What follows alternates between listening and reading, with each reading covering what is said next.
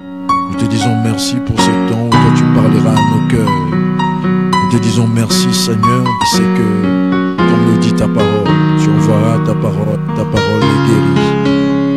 Car nous sommes sûrs Seigneur, que certainement tu vas nous guérir au travers de ta parole et au travers de cette étude biblique de ce soir. Sois béni notre Dieu, sois béni notre Père, car toi tu es Seigneur, toi tu es notre Dieu. Nous te couronnons ce soir, nous te disons merci Seigneur. Viens oindre ce temps de ta parole, viens oindre ce temps de la parole, viens oindre ce temps Seigneur, afin que ton peuple présent ce soir puisse être richement béni au travers de ta parole, au nom puissant de Jésus. C'est en ton nom Seigneur, Jésus, que nous avons ainsi prié avec le Saint-Esprit. Amen. Amen. Amen, amen, amen. Bonsoir peuple de Dieu. En ce premier jour après la Pâque, nous allons nous entretenir sur un sujet très très intéressant dans cette étude biblique qui est merveilleux. Et comme texte de base, aujourd'hui, nous sommes dans l'évangile de Matthieu, chapitre 28. Nous lirons du 5e au 10e verset. Matthieu 28, verset 5 jusqu'au 10e. Matthieu 28, 5 jusqu'au 10. Je m'en vais lire pour toute l'Église au nom du Seigneur Jésus. Mais l'ange prit la parole et dit aux femmes, pour vous, ne craignez pas, car je sais que vous cherchez Jésus qui est crucifié, qui était crucifié. Il n'est point ici, il est ressuscité, comme il l'avait dit. Venez, voyez le lieu où il était couché, et allez promptement dire à ses disciples qu'il est ressuscité des morts. Et voici, il vous précède en Galilée. C'est là que vous le verrez. Voici, je vous l'ai dit. Verset 8. Elles s'éloignèrent promptement du sépulcre. Avec crainte et avec une grande joie, elles coururent porter la nouvelle aux disciples. Et voici, Jésus vint à leur rencontre et dit, je vous salue. Elles s'approchèrent pour saisir ses pieds et elles se prosternèrent devant lui. Alors Jésus leur dit, ne craignez pas, allez dire à mes frères de se rendre à Galilée, c'est là qu'ils me verront. Amen, amen, amen. Que l'Éternel ajoute une grande bénédiction à la lecture de sa parole. Et ce soir, dans cette étude biblique, nous voulons partager avec vous, sous un thème très très intéressant, intitulé « Être témoin de Christ ». Être témoin de Christ. Et dans les récits que nous venons de lire, et même les plus autres récits, si nous lisons sur la vie de Jésus-Christ avant sa mort et avant sa résurrection, à chaque fois que Jésus-Christ faisait quelque chose, à chaque fois qu'il arrivait à commettre ou à faire des miracles, il donnait toujours des consignes à ceux qui étaient aux alentours. Et la plupart du temps, aux disciples, il était en train de leur dire, gardez cela pour vous. Ou ne dites à personne que c'est que je viens de faire pour vous. Et pour les miracles, pour certaines choses, Jésus-Christ clamait le secret dans ce qu'il venait de faire, dans ce qui venait de se passer. Mais curieusement, dans ce récit qui est le texte de base de cet après-midi de notre étude biblique, nous voyons Jésus-Christ qui a accompli une œuvre merveilleuse, qui a réalisé une œuvre inoubliable, une œuvre qui a marqué l'humanité. Mais seulement contrairement à ses habitudes, contrairement à ce qu'il était habitué à dire après des miracles, Jésus-Christ, quand il rencontre ces femmes, telles que nous venons de les lire, il ne leur demande pas d'arrêter de se taire.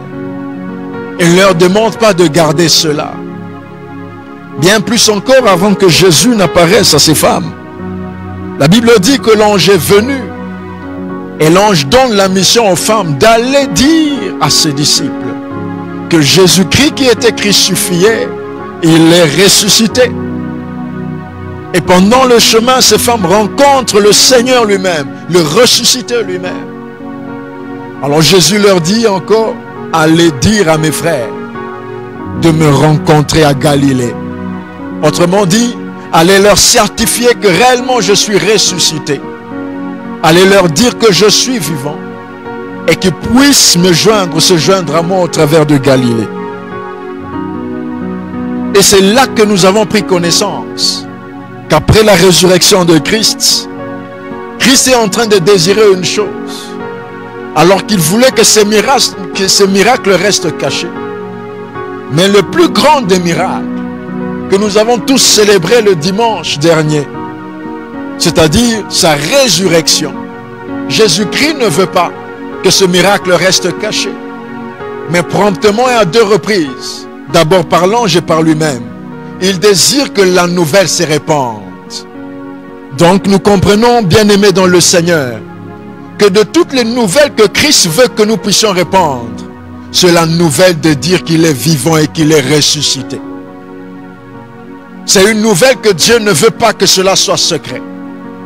Bien que le monde a voulu garder cela en secret, bien que le monde a voulu tromper le langage de sa résurrection, mais il y a un langage que Dieu souhaite que cela se répande et que cela arrive même au fond des nations. C'est le témoignage de sa résurrection et c'est le témoignage même de Christ.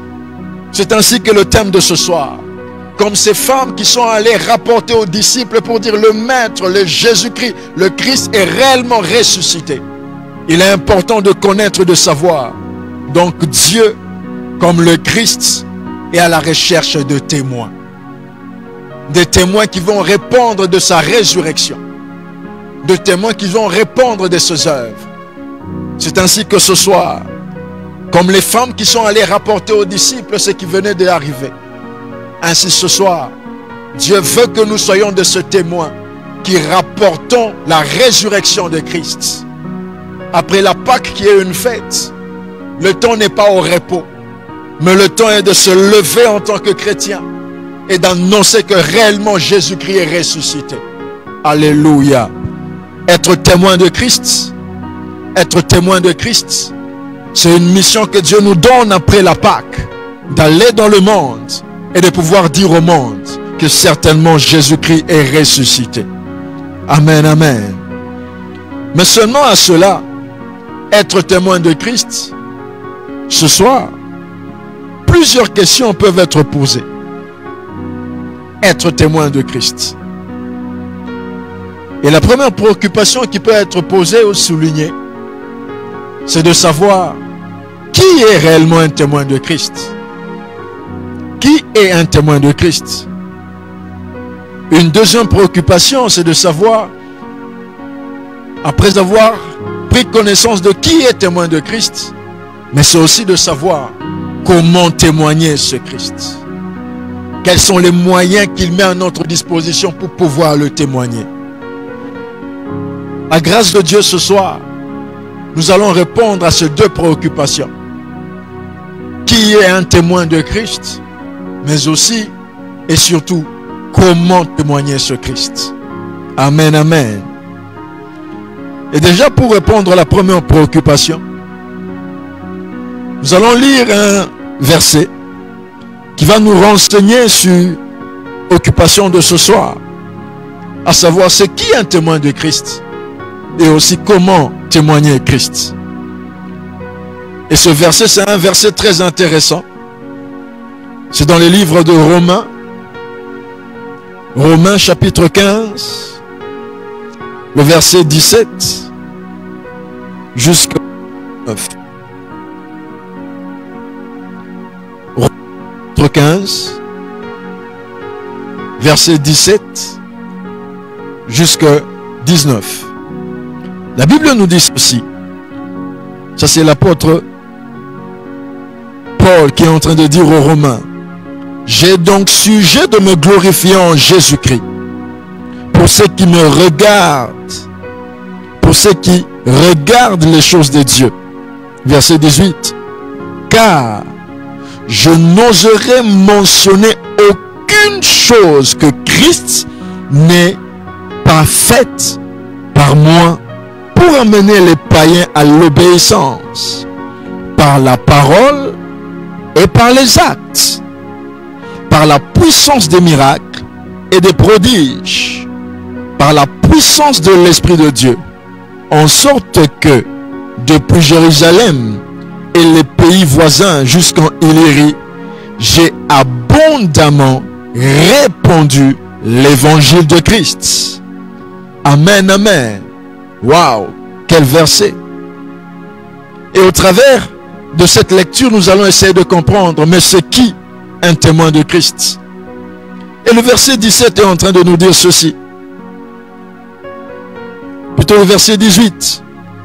Il dit, car je n'oserais mentionner aucune chose que Christ n'ait pas faite par moi pour amener les païens à l'obéissance. Et l'apôtre Paul est en train de souligner quelque chose d'important. Il dit, dans tout ce que j'ai à vous dire, dans tout ce que j'ai à vous dire de la part du Seigneur, si je dois me glorifier dans le Seigneur, je ne veux rien vous dire de ce que Christ n'a pas fait au travers de moi. Autrement dit, ce que je veux vous dire, c'est ce que moi-même j'ai vécu, c'est ce que moi-même j'ai expérimenté, c'est ce que Christ a fait dans ma vie et que moi je suis en train de vous dire. Amen, amen. Donc la première chose pour comprendre et pour savoir, c'est qui est un témoin de Christ, qui est celui qui va porter l'évangile de la résurrection de Christ.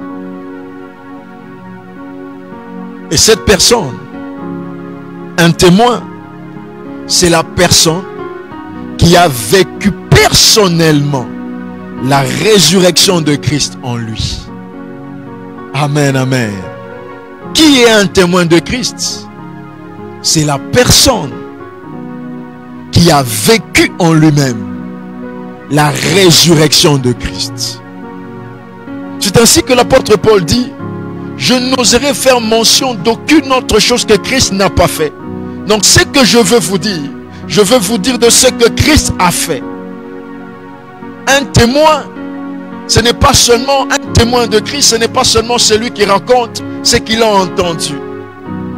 Mais un témoin de Christ, c'est celui qui d'abord lui-même a vécu, a expérimenté le Christ, a expérimenté sa résurrection, a expérimenté sa mort et sa résurrection. Et c'est ce chrétien-là qui devient maintenant témoin, capable aussi d'annoncer aux autres que Christ est réellement ressuscité. Amen, amen. Pour le monde, un témoin peut se limiter à ce qu'il a vu. Pour le monde encore, un témoin peut se limiter à ce qu'il a entendu. Mais une forte dimension dans la vie chrétienne, un témoin de Christ, ce n'est pas seulement ce qu'il a entendu, ce n'est pas seulement ce qu'il a vu, mais c'est aussi et surtout ce qu'il a vécu lui-même, ce que le Seigneur a fait dans sa vie. Alléluia. Alléluia. C'est ça un témoin. C'est ça un témoin. Et nous voyons en Matthieu le chapitre 28, les femmes, elles ne sont pas allées rencontrer ou raconter seulement ce que l'ange leur avait dit. Car Dieu connaissait, afin de faire deux témoins, il y a quelque chose qui devait se passer. C'est ainsi que la Bible dit, pendant que les femmes étaient en train de rentrer, l'ange leur a parlé, mais les femmes étaient en train de rentrer. En chemin, elles ont rencontré le Seigneur lui-même pour dire, elles ne pouvaient pas témoigner, elles ne pouvaient pas être de témoins si elles-mêmes d'abord n'avaient pas rencontré le ressuscité. C'est quand la personne elle-même rencontre le ressuscité, expérimente le ressuscité dans sa vie. C'est à ce moment-là que la personne devient témoin. C'est ainsi que je m'en vais déjà pour dire, on ne devient pas témoin de Christ puisqu'on a été dans une école. On ne devient pas témoin de Christ puisqu'on a étudié la théologie. On ne devient pas témoin de Christ puisqu'on a lu la Bible de la Genèse à l'Apocalypse. Mais on devient témoin de Christ puisqu'on a expérimenté Christ. Puisqu'on l'a vu et puisqu'on l'a rencontré dans sa vie. C'est là qu'un témoin naît.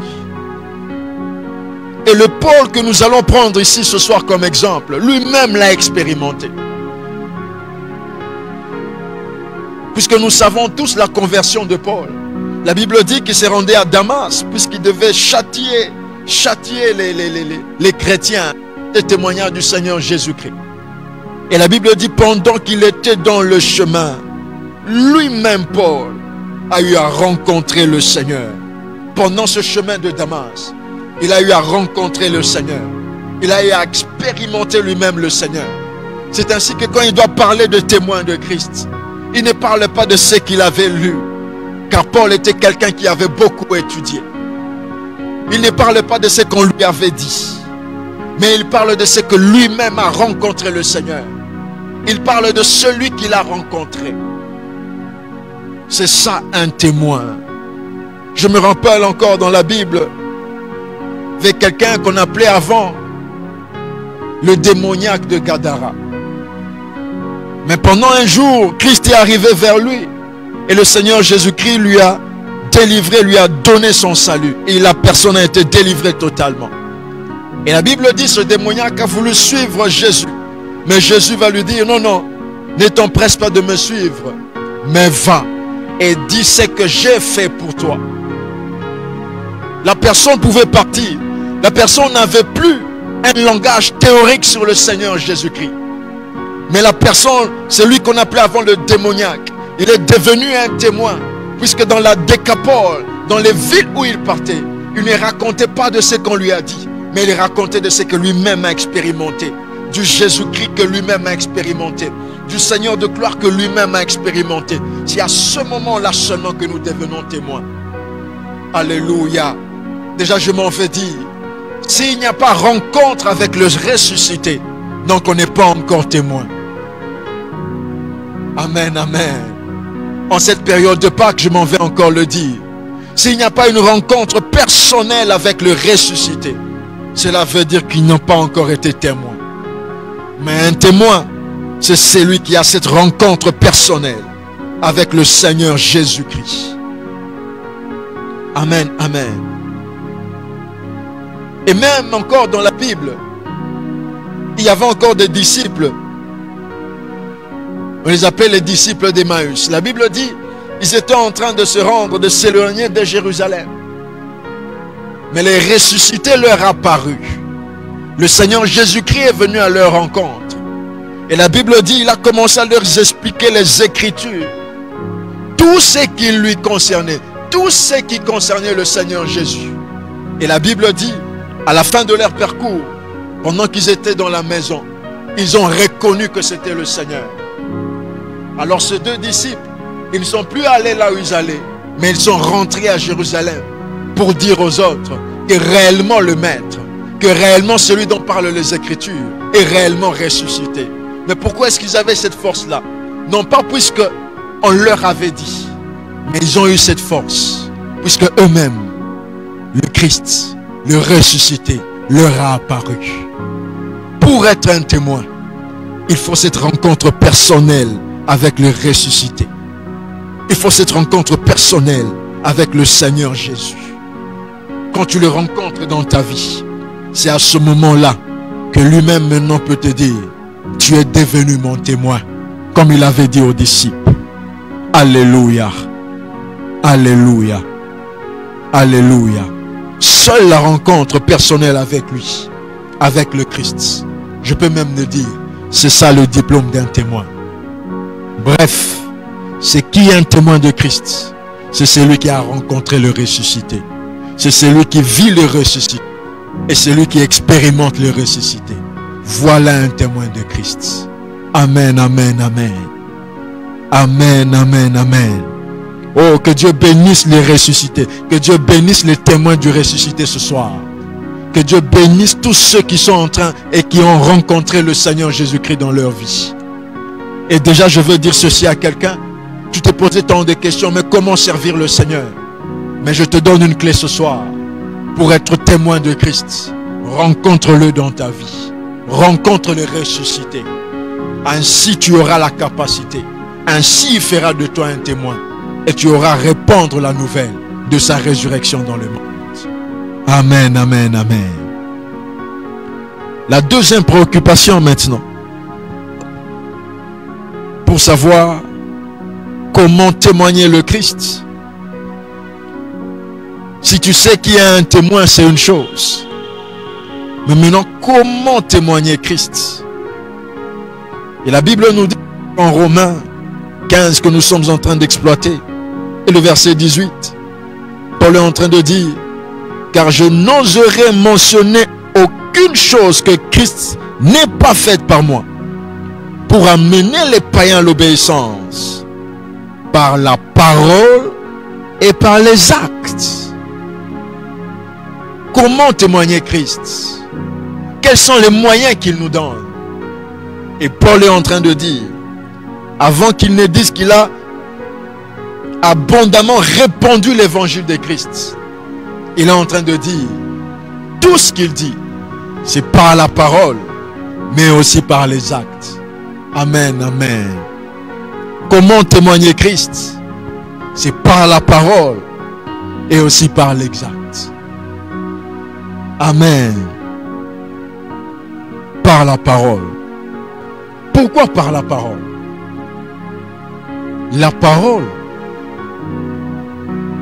parole est la première chose que Dieu donne à ses témoins comme arme efficace pour répandre le témoignage du Seigneur Jésus-Christ.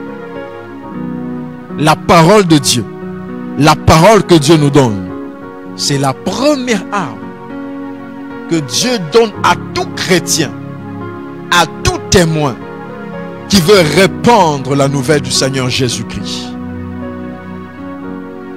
Et à chaque mission que Dieu donne, il donne toujours d'abord et surtout la parole.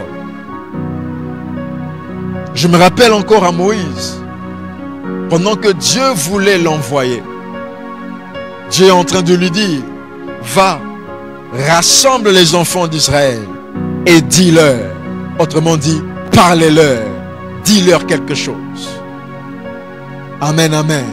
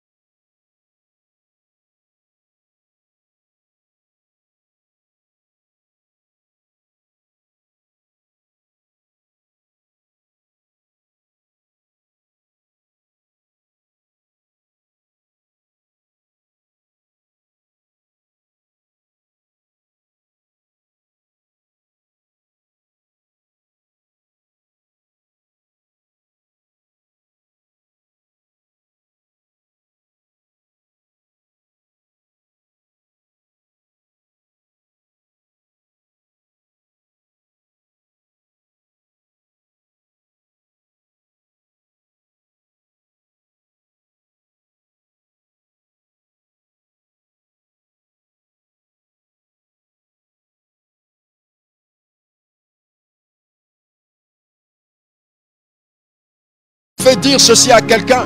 Même si les gens pensent ne pas t'écouter, mais toi parle de la part du Seigneur. Même si les gens semblent te repousser, mais toi parle de la part du Seigneur. Puisque c'est au travers de cette parole qu'il a fait de toi un témoin. C'est au travers de cette parole qu'il a fait de moi aussi un témoin. Alors parlons du Seigneur Jésus-Christ. Alléluia. Je me rappelle, les apôtres, on leur dit, nous vous défendons maintenant de parler de la part du Seigneur. Mais la Bible déclare, ils ont dit, vaut mieux obéir à Dieu. Et le lendemain, ils étaient encore dans les rues de Jérusalem, en train de parler de la part du Seigneur. Puisqu'ils savaient que la première chose que Dieu nous donne, c'est la parole. Parlons du Seigneur. Ne négligeons pas ce que nous avons à dire. Proclamons la résurrection du Seigneur. À haute voix, disons-le, que Christ est ressuscité, que Christ aime le monde, que Jésus-Christ t'aime, que c'est pour toi qu'il est mort, mais aussi c'est pour toi qu'il est ressuscité. Utilisons la parole, puisque c'est ce que Christ nous a donné. Alléluia. Car c'est au travers de cette parole que même les païens seront amenés à l'obéissance du Seigneur Jésus-Christ.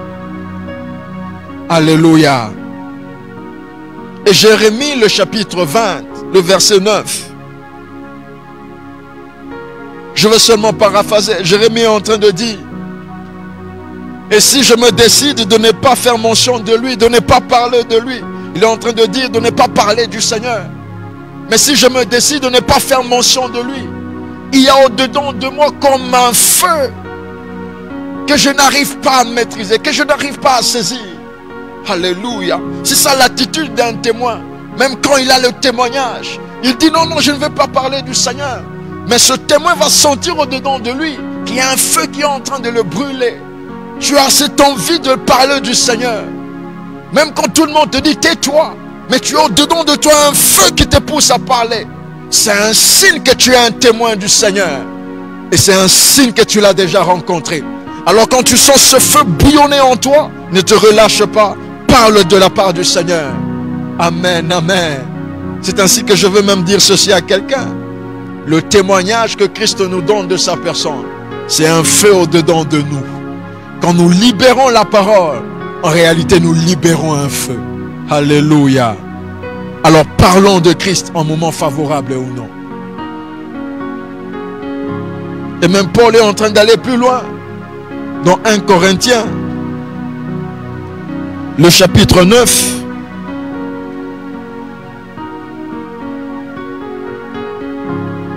(16).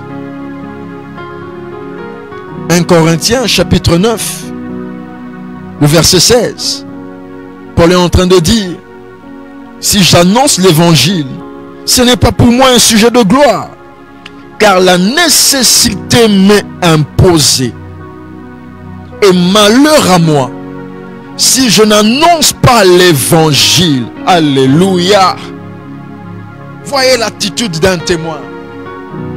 Il dit, si je n'annonce pas l'évangile, malheur à moi, car une nécessité m'est imposée. La parole du Seigneur, c'est une nécessité de pouvoir le dire. C'est une nécessité de pouvoir le proclamer. Ce n'est pas un besoin que tu peux ressentir ou pas. Non, non, c'est une nécessité de parler du Seigneur, de parler du Seigneur. C'est une nécessité pour un témoin. C'est une obligation pour un témoin de parler de la parole du Seigneur, d'utiliser sa parole pour annoncer au peuple. Oh, je m'en vais dire ceci à quelqu'un.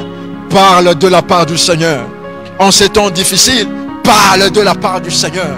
Et même sur les réseaux sociaux, parle de la part du Seigneur. Parle de la part du Seigneur. Car c'est ça que Christ nous a donné. Amen, amen, amen. Que Dieu te bénisse, toi qui as dit Amen. Que Dieu ajoute encore une capacité dans ta parole au nom puissant de Jésus. Mais Paul est en train de dire, par la parole. Mais il ne s'arrête pas là. Le deuxième moyen pour communiquer Christ, Paul dit, par les actes. Amen, amen. Par la parole, mais aussi par les actes. Pourquoi les actes? Paul, la parole ne te suffit-elle pas? Mais pourquoi est-ce que tu dois ajouter les actes? Pourquoi les actes? Puisqu'en réalité, Dieu qui a créé l'homme, il sait comment est-ce que l'homme fonctionne. Dieu qui a créé le cœur de l'homme, il connaît le cœur de l'homme. Il connaît la nature de l'homme. C'est ainsi que il n'utilise pas seulement la parole, mais il veut que les paroles soient accompagnées des actes. Amen, amen. C'est ainsi que en Exode, le chapitre 1, et plutôt le chapitre 4, le verset 1er, quand Dieu est en train d'envoyer Moïse en Égypte, il lui dit: parle aux enfants d'Israël. Mais en ce chapitre 4, le verset 1er, Moïse est en train de dire: Seigneur, si je m'en vais leur dire tel que tu m'as dit, ils ne m'écouteront point. Et Moïse plus loin ajoute: ils diront, l'Éternel n'était point apparu. Moïse est en train de dire: oui, tu me donnes la parole. Et si je m'en vais seulement leur dire la parole, mais peut-être qu'ils vont dire, ils ne vont pas m'écouter. Mais en plus, ils me diront, il n'était point apparu. Alléluia. Donc Moïse est en train de dire: Seigneur, j'ai dit oui à ta parole. Mais pour ces hommes-là, je pense que la parole ne suffit pas. Il faut quelque chose de plus. Puisque Dieu savait que dans la nature de la personne, la parole ne suffit pas. Il faut encore quelque chose de plus. C'est ainsi que Dieu, en envoyant Moïse, il va procéder par certaines choses, des actes qui sont visibles, afin que les gens croient que réellement c'est l'Éternel qui était apparu à Moïse. Oui, oui. Car Dieu sait que les paroles ne suffiront jamais pour convaincre tous les hommes. Il y a une catégorie des hommes qui peuvent être convaincus seulement à l'écoute de la parole. Comme ces premiers chrétiens, 3000, quand seulement ils ont écouté Pierre en train de parler, la Bible dit 3000 âmes donnèrent leur vie au Seigneur Jésus-Christ. Seulement puisqu'ils ont écouté la parole. Mais seulement il y a une autre catégorie de gens et ils ne se limitent pas par la parole. Pour eux, il faut les actes. Amen, amen. Pourquoi les actes? Puisque la parole ne convaincra pas tout le monde. Il faut à la parole ajouter les actes. Les actes, qu'est-ce qu'on comprend par les actes? C'est une étude biblique. Les actes, c'est aussi le comportement. Amen, amen, amen. Quelqu'un pensait que j'allais dire les actes, c'est aller à l'église. Les actes, c'est prier beaucoup. Non, non. Les actes, c'est les comportements ou encore la conduite. Amen. Lisons ce que nous dit 1 Pierre, le chapitre 2, le verset 12. Ensuite, nous allons sauter, nous allons prendre 1 Pierre, le chapitre 3, le verset 1 et 2. 1 Pierre, chapitre 2, le verset 12. Écoutons ce que nous dit la parole. Ayez au milieu des païens une bonne conduite. Alléluia. Afin que, là même, ils vous calomnient si vous étiez de malfaiteurs. Ils remarquent vos bonnes œuvres et glorifient Dieu au jour où il les visitera. Alléluia. La bonne conduite. Chapitre 3, le verset 1er. Pierre s'adresse aux femmes, mais ce soir, il s'adresse à toute l'humanité, à tous les chrétiens.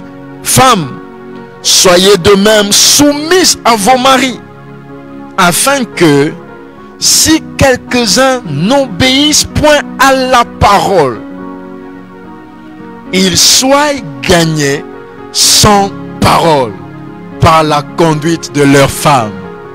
Alléluia. Vous voyez par ce verset la puissance de la conduite. Père est en train de dire: oui, femmes, vous avez des hommes qui peuvent résister à la parole, qui ne peuvent pas obéir à la parole. Mais je vous donne une seconde arme. Ne restez pas seulement dans la parole, mais dans la conduite. Vous pouvez aussi gagner les maris. Alléluia. Si la conduite peut gagner un mari, donc la conduite peut gagner un homme. Par le comportement, tu peux gagner quelqu'un au Seigneur. Par le comportement, tu peux convaincre quelqu'un que réellement le Seigneur est ressuscité. Alléluia. Oui. S'il est possible de gagner des hommes sans parole, donc la conduite est aussi importante que les actes, et aussi importante que la parole. Amen, amen. Ta conduite est une parole qui doit convaincre plusieurs. Ton comportement est ce qui va convaincre les païens. Quand les gens regardent ta conduite, même sans parole, mais quand ils te regardent, c'est comme si tu es seulement en train de leur dire que Jésus-Christ est ressuscité, que Jésus-Christ est vivant, que le Seigneur Jésus vous aime.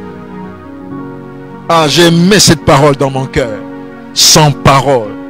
Bien-aimés dans le Seigneur, prenons la décision de gagner des chrétiens sans parole. Alléluia. Alléluia. Oh, j'ai même écrit cela dans mon agenda. Il est temps maintenant que l'Église se lève et que les chrétiens se lèvent. Dimension de l'évangélisation sans parole. C'est l'évangélisation au travers du comportement et aussi au travers de la conduite. Sur les cités universitaires, tu es un étudiant. Mais sans parole, pendant ta salle d'examen, tu peux parler à quelqu'un. Alléluia. Quelqu'un en son lieu de travail. Pendant que tout le monde est en train de faire les copes. Pendant que tout le monde est en train de piller dans les caisses. Mais sans parole, par ta conduite, sans parole, par ton comportement, oh, tu vas parler à plusieurs. Alléluia. Il est temps de parler de Christ aussi sans parole. C'est au travers des paroles, des comportements et de la conduite. Est-ce que tu peux me dire Amen là où tu es? Que tu peux encore me dire Amen? Je suis en train de dire à quelqu'un, tu pensais que l'évangélisation était difficile, puisque tu n'avais pas beaucoup de versets dans la tête. Mais ce soir, je suis en train de dire, il y a une dimension de l'évangélisation sans parole. C'est l'évangélisation. C'est l'évangélisation par le comportement. Quelqu'un qui a rencontré le Seigneur Jésus-Christ, il change. Amen, amen, amen. Amen, amen, amen. Les actes, en plus de la conduite, les actes, c'est aussi le changement de fréquentation. Vous savez, les gens ne te trouveront pas extraordinaire si tu rencontres le Seigneur Jésus-Christ et tu restes dans les mêmes fréquentations. Mais les gens te trouveront extraordinaire quand tu as rencontré le ressuscité et tu changes même de fréquence. Là, les gens diront certainement quelque chose s'est passé dans sa vie. Amen, amen. Tu ne peux pas rencontrer le ressuscité, dire que tu es un témoin du ressuscité et que tu l'as fait au travers de la parole, mais tu gardes toujours les mêmes fréquentations. Dans Acte 9, la Bible nous dit ceci. Quand Paul a croisé le Seigneur Jésus-Christ, la première personne ou la première catégorie de personnes chez qui Paul est allé résider, ce n'est pas les gens avec qui il venait à Damas. Mais la Bible dit, Paul, il est allé et resta avec les disciples de Damas. Alléluia. Les mêmes personnes que Paul allait pour persécuter. Mais ce sont les mêmes personnes chez qui Paul est allé avec eux, rester avec eux. La fréquentation a changé automatiquement. Et c'est ça les actes que Christ attend de nous pour des témoins. Quand ta fréquentation change, ton témoignage aussi changera.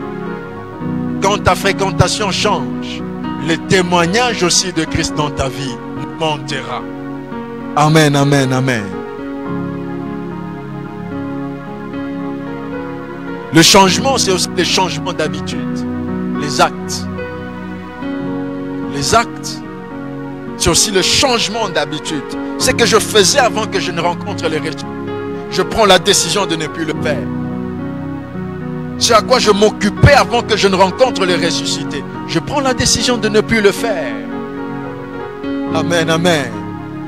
Je prenais le temps pour parler en mal de mes frères. Mais quand je rencontre les ressuscités, je ne le fais plus. Mais je ne suis en train seulement de parler du Seigneur Jésus-Christ. Amen, amen. C'est ainsi que Paul lui-même est en train de dire en Galates 1, 22. Il dit, or j'étais inconnu des visages aux églises de Judée qui sont en Christ. Seulement, elles avaient entendu dire que celui qui autrefois nous persécutait annonce maintenant la foi qu'il s'efforçait alors de détruire. Et elles glorifiaient Dieu à mon sujet. Quand on comprend qu'il y a quelque chose qui a changé dans ta vie, on glorifiera le Seigneur Jésus-Christ. Quand on comprend que des habitudes ont changé, les gens regarderont, ils vont dire certainement nous rendons gloire au Seigneur. Quand on comprend que c'est lui qui persécutait l'église, il ne persécute plus. Quand on comprend que c'est lui qui parlait en mal des hommes de Dieu, qui parlait en mal de frères, c'est lui qui causait des troubles dans les familles. Quand on sait que c'est lui qui le faisait, mais maintenant il ne le fait plus, on rendra gloire au Seigneur. Alléluia. Bien plus encore, la Bible dit que Paul s'efforçait de détruire la foi de chrétiens. Mais dans les actes, le changement d'habitude, la Bible dit, Paul lui-même est en train de parler aux Éphésiens. Il dit, quand je vois votre charité et quand je vois votre foi, je me plie les genoux vers le Père et je suis en train de prier pour vous. Vous voyez, c'est lui qui voulait détruire la foi. Mais quand lui-même a changé d'habitude, mais quand lui-même a vu la foi des Éphésiens, il ne veut plus maintenant les détruire. Il se met à genoux et il se met à prier pour les Éphésiens. Quand on change d'habitude dans ce moment de la Pâque, c'est aussi la capacité de prier aussi pour les autres. Amen, amen, amen. Oui, oui, oui, oui, oui, oui. Le changement d'habitude, c'est aussi prendre l'habitude de aussi prier pour les autres. Amen, amen.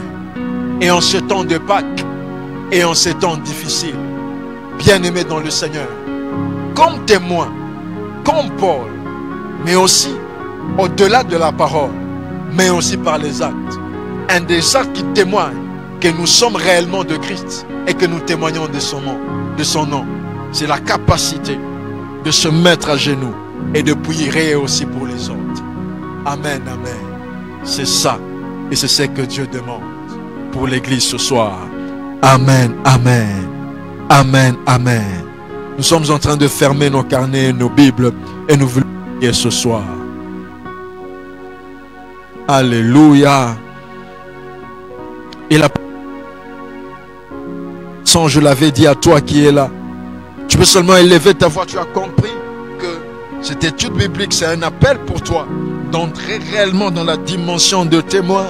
Tu vas seulement entrer en prière et tu vas demander au Seigneur, ô Éternel, fais de moi ton témoin. Fais de moi ton témoin.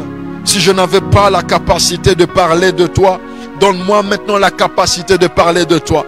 Donne-moi d'utiliser la parole. Donne-moi d'utiliser mon langage. Donne-moi d'utiliser mon discours afin que je sois ton témoin. Ce soir, tu me veux moi aussi comme témoin. Alors Seigneur, je t'en supplie, fais de moi le témoin. Change mes habitudes, change mes actes au nom puissant de Jésus. Pendant que là où tu es en train d'élever ta voix et tu es en train de prier le Seigneur. Tu es en train de dire, Seigneur, fais de moi un témoin. Je veux être ce témoin, comme ces femmes, comme Paul. Tu as fait de lui témoin. Alors qu'Éternel, mon Dieu, mon roi Père, les hommes ne pouvaient pas lui donner une chance d'être témoin de Christ. Cependant, toi, ô Éternel, tu as fait de lui ton témoin. C'est pourquoi ce soir, je viens, Éternel Père, que tu fasses de moi aussi un témoin, dans le nom puissant de Jésus. Que je sois ce témoin, Seigneur, qui a rencontré les ressuscités, qui t'a rencontré, Seigneur, et qui parle de ce que toi tu fais dans sa vie, qui parle de ce que toi tu es dans sa vie. Oui, Éternel, mon Dieu, mon roi Père, que je sois ce témoin, qui ne raconte pas ce qu'il a écouté, qui ne raconte pas ce qu'on lui a dit, mais qui est en train de dire ce que lui-même a vécu. Oh, que je puisse témoigner du Christ que moi-même j'ai rencontré, dans le nom puissant de Jésus. Fais de moi ce témoin fidèle, que toi tu es en train de te chercher en ces temps de la Pâque, afin de répandre l'évangile de Jésus-Christ, afin de dire au monde que Jésus-Christ est ressuscité. C'est lui qui était mort. C'est lui qui était mort pour les offenses. Il est aussi ressuscité. Oui, Seigneur. Élève ta voix et continue à faire cette prière. Dans le nom puissant de Jésus. Que le Seigneur fasse de toi un ressuscité. Que le Seigneur fasse de toi un témoin par sa parole. Oui, qu'il te donne la parole. Une parole soutenue. Oui, éternel mon Dieu, mon roi Père. Comme David pourrait dire qu'il m'a donné une parole qui soutient afin de soutenir les faibles. Que le Seigneur te donne la capacité de parler de sa part dans des moments favorables ou non. Que je puisse parler de sa part. Que tu puisses parler de sa part. On t'a interdit de parler du Seigneur, mais lève-toi et parle du Seigneur. Qu'il te donne ce courage, qu'il te donne cette force dans le nom puissant de Jésus. Oui, que l'Éternel rende aussi capable que tu sois un témoin sans parole. Un témoin au-delà de la parole. Un témoin qui est là dans la bonne conduite, par les bonnes œuvres. Seigneur, que plusieurs, en voyant ces bonnes œuvres qui entourent ma vie, que produise ma vie, puisse donner gloire au Seigneur, puisque toi tu es Seigneur, puisque toi tu es Dieu. Oui, éternel mon Dieu, mon roi Père, que des fréquentations changent dans le nom puissant de Jésus, que le comportement donne gloire au Seigneur Jésus. Oui, c'est ça, Seigneur, les témoins sans parole, les témoins qui sillonnent les routes, les témoins qui sont présents dans des familles, les témoins qui sont présents dans des cités universitaires, des témoins qui sont présents dans des entreprises, des témoins qui sont présents dans les rues, des témoins qui sont présents dans toutes les dimensions, Seigneur. Relève-les, des témoins sans parole, qui par leur comportement, qui par leur conduite vont gagner plusieurs dans le nom puissant de Jésus. Des témoins, éternel mon Dieu, mon roi Père, où un feu sera au-dedans d'eux, où ils vivront la vie sainte de Dieu, où ils marcheront d'une manière digne, d'une manière sainte, d'une manière puissante. Alléluia. Merci, éternel Père. Merci Jésus. Merci Yahweh. Merci Père. Et la deuxième requête, puisque nous sommes dans ce temps de la Pâque, et puisque nous devons prier pour plusieurs, tu es en train de prier pour les autres, mais aussi tu pries pour toi. Tu es en train de dire, dans ce temps de la Pâque, puisque je rencontrais les ressuscités, que tout ce qui est dans ma vie ressuscite. Dans le nom puissant de Jésus, quand tu rencontres les ressuscités, les paroles qui étaient enfouies au-dedans de toi ressuscitent. Les grâces qui étaient enfouies au-dedans de toi ressuscitent. Tout ce qui était enfoui au-dedans de toi ressuscite. Tout ce qui contribue à répandre l'évangile du Seigneur Jésus ressuscite. Quand on rencontre les ressuscités, tout ce qui est en nous ressuscite. Élève ta voix et commence à prier et à demander au Seigneur que tout ce qui est en moi ressuscite. Que mes grâces puissent ressusciter. Que mon zèle puisse ressusciter. Que ma force puisse ressusciter. Oui, oui. Quelqu'un va même dire, même sur les lits d'hôpital, que ma bonne santé ressuscite. Qu'une bonne santé ressuscite. Qu'une bonne santé ressuscite. Dans le nom puissant de Jésus. Oui, que la résurrection affecte même la santé. Que la puissance de la résurrection affecte même le travail de quelqu'un. Dans le nom puissant de Jésus. Un travail qui avait cessé d'exister depuis l'année dernière. Mais par la puissance de la résurrection, puisque tu rencontres les ressuscités, que ton travail puisse aussi ressusciter. Élève ta voix et commence à prier. Dans le nom puissant de Jésus. Dans le nom puissant de Jésus. Au nom puissant de Jésus. Au nom puissant de Jésus. Au nom puissant de Jésus. Alléluia. Alléluia. Alléluia. Alléluia. Merci Seigneur. Merci Éternel. Merci pour ta parole. Alléluia. Bénis ton peuple. Écoute la prière de ton peuple qui t'a prié ce soir. Dans le nom puissant de Jésus. C'est ainsi que nous avons prié. Avec le Saint-Esprit. Avec le Saint-Esprit. Avec le Saint-Esprit. Amen. Amen, amen, amen. Que Dieu vous bénisse, peuple de Dieu. Que Dieu nous bénisse. Gloire au Seigneur. Gloire au Seigneur. Gloire au Seigneur. Gloire au Seigneur. Amen, amen. Que Dieu bénisse le peuple. Ce soir, c'était l'étude biblique. Nous continuons encore à travailler et nous restons encore connectés. La semaine, elle est une semaine ordinaire. Nous nous retrouvons encore les vendredis avec la chambre de la restauration où nous serons encore là en prière pour la gloire de notre Seigneur. Pour ce soir, que Dieu nous bénisse et à vendredi. Voilà, nos programmes continuent et continueront encore. Mais nous restons connectés. Les séquences qu'on envoie, ne laissez pas pour vous-même. Il y a des séquences de prières, il y a des séquences de paroles. Toutes ces choses, ayons l'habitude de le faire au lieu de partager du n'importe quoi. Faisons ce qui peut sauver des âmes et Jésus ne manquera pas de nous bénir. Et quand vous êtes en train de suivre, ayez l'habitude soit de partager, soit d'aimer, soit de commenter. Que Dieu vous bénisse.